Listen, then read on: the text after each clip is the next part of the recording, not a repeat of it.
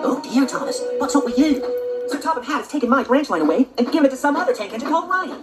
What? Why would he do that? Because of Gordon, the big bossy boy, that's why. He called me a silly little tank engine and made me cross.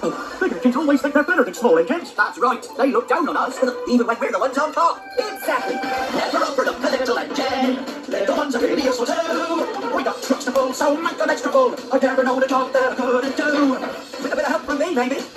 Never overlook the little engine. We can take you where you want to go. We might have tiny track, but we'll get you there and back. And hold on to your hats, we don't go slow. If you think the fish is better, then you're making a mistake. The ocean isn't better than a tiny little lake. A cherry might be tastier than a great big cake, and we can turn around in like the time those big guys take. Never overlook the little engine. We have set our sights upon the sky. You need a lot of fun. Big is good enough. I've never done a job that I wouldn't try. I mean, neither. You're me. Never overlook the little engine. Like me, like me, like me, like us.